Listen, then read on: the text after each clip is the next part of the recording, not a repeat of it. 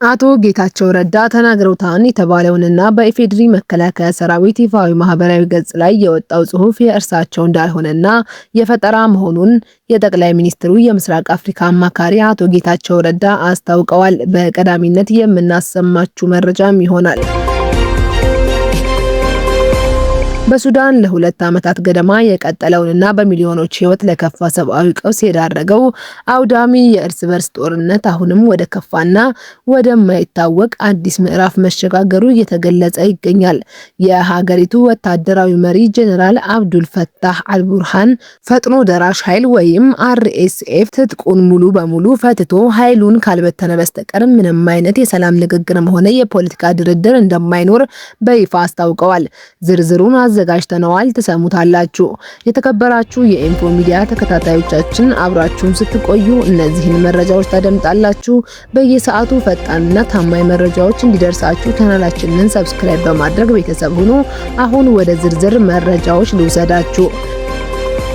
የጠቅላይ ሚኒስትሩ የምስራቅ አፍሪካ ጉዳዮች አማካሪ አቶ ጌታቸው ረዳ በኢፌዴሪ መከላከያ ሰራዊት ይፋዊ የፌስቡክ ገጽ አማካኝነት በስማቸው የወጡ ጥቅሶችንና አስተያየቶችን ከእውነት የራቁና ፍጹም የፈጠራ ስራዎች መሆናቸውን በመግለጽ ሙሉ በሙሉ አስተባብለዋል።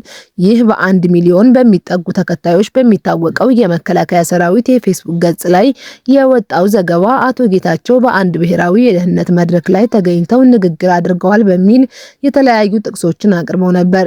እኛም መረጃውን ከኢፌዴሪ መከላከያ ሰራዊት የፌስቡክ ገጽ በመውሰድም ወደ እናንተ ማድረሳችን ይታወቃል። ይሁን እንጂ ወጋህታ ፋክትስ የተሰኘው ሚዲያ ባደረገው ማጣራት እነዚህ ንግግሮች በተባለው መድረክ ላይ መነገራቸውን የሚያረጋግጥ ምንም አይነት ቪዲዮ፣ የድምጽ ቅጂ ወይም አስተማማኝ ማስረጃ ማግኘት እንዳልተቻለም አስታውቋል። ይህ ብቻ ሳይሆን አቶ ጌታቸው ረዳ ለወጋህታ ፋክት በሰጡት ቃል በዘገባው ውስጥ የተካተቱት ጥቅሶች የእሳቸውን ንግግር ሳይሆኑ በራሳቸው በጽሁፍ አቅራቢዎች የተፈጠሩ መሆናቸውንም እንደገለጹለት አስነብቧል።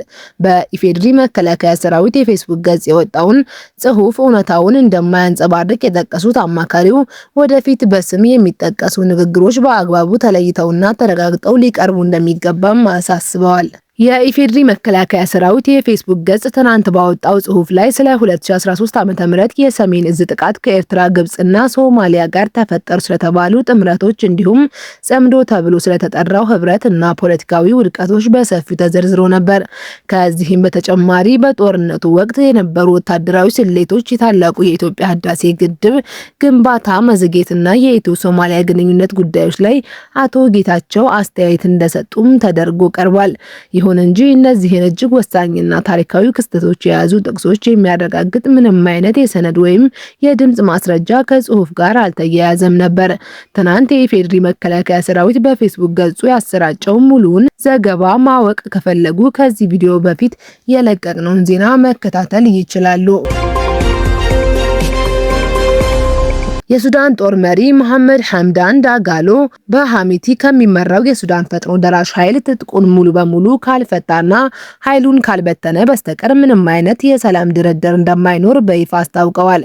ጄኔራሉ በዋና ከተማዋ ካርቱም አቅራቢያ ለሰራዊታቸው በሰጡት ወታደራዊ መግለጫ የአርኤስኤፍ ታጣቂዎች በታጠቁበትና ይዞታ በያዙበት ሁኔታ የሚደረግን ማንኛውንም አይነት የፖለቲካ ስምምነት ወይም ድርድር እንደማይቀበሉት ገልጸዋል። በመግለጫቸውም በመካከላችን ምንም አይነት የጋራ ወይም የመካከለኛ መንገድ መፍትሄ የለም ያሉት ይህ የ2 ዓመት ገደማ እርስ በርስ ጦርነት ሊያበቃ የሚችለው በአርኤስኤፍ ሙሉ ወታደራዊ ሽንፈት ብቻ እንደሆነም ተናግረዋል። ጄኔራሉ በመግለጫቸው ላይ እንደገለጹት የመንግስት ጦር ኃይል በአሁኑ ወቅት በአልጋዚራ፣ ዋይት ናይልና በዋና ከተማዋ ካርቱም ግዛቶች ውስጥ ትልቅ ወታደራዊ የበላይነት እያሳየ እንደሚገኝም ገልጿል።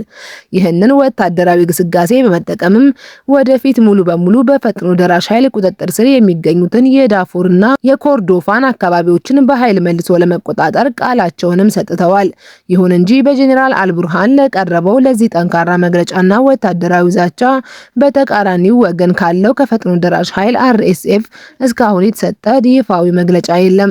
ሱዳን ከሚያዝያ ወር ከ2023 ጀምሮ በዚህ እርስ በርስ ጦርነት ውስጥ የምትገኝ ሲሆን ግጭቱ በዓለም ላይ ካሉት እጅግ የከፉ ሰብአዊ ቀውሶችን አስከትሏል።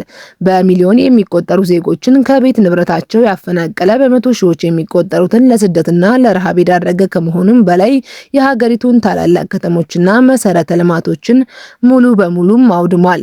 አድማጮቻችን እስከ መጨረሻው ድረስ ቆይታችሁ ዜናዎቻችንን ስላዳመጣችሁ እጅግ አድርገን እናመሰግናለን።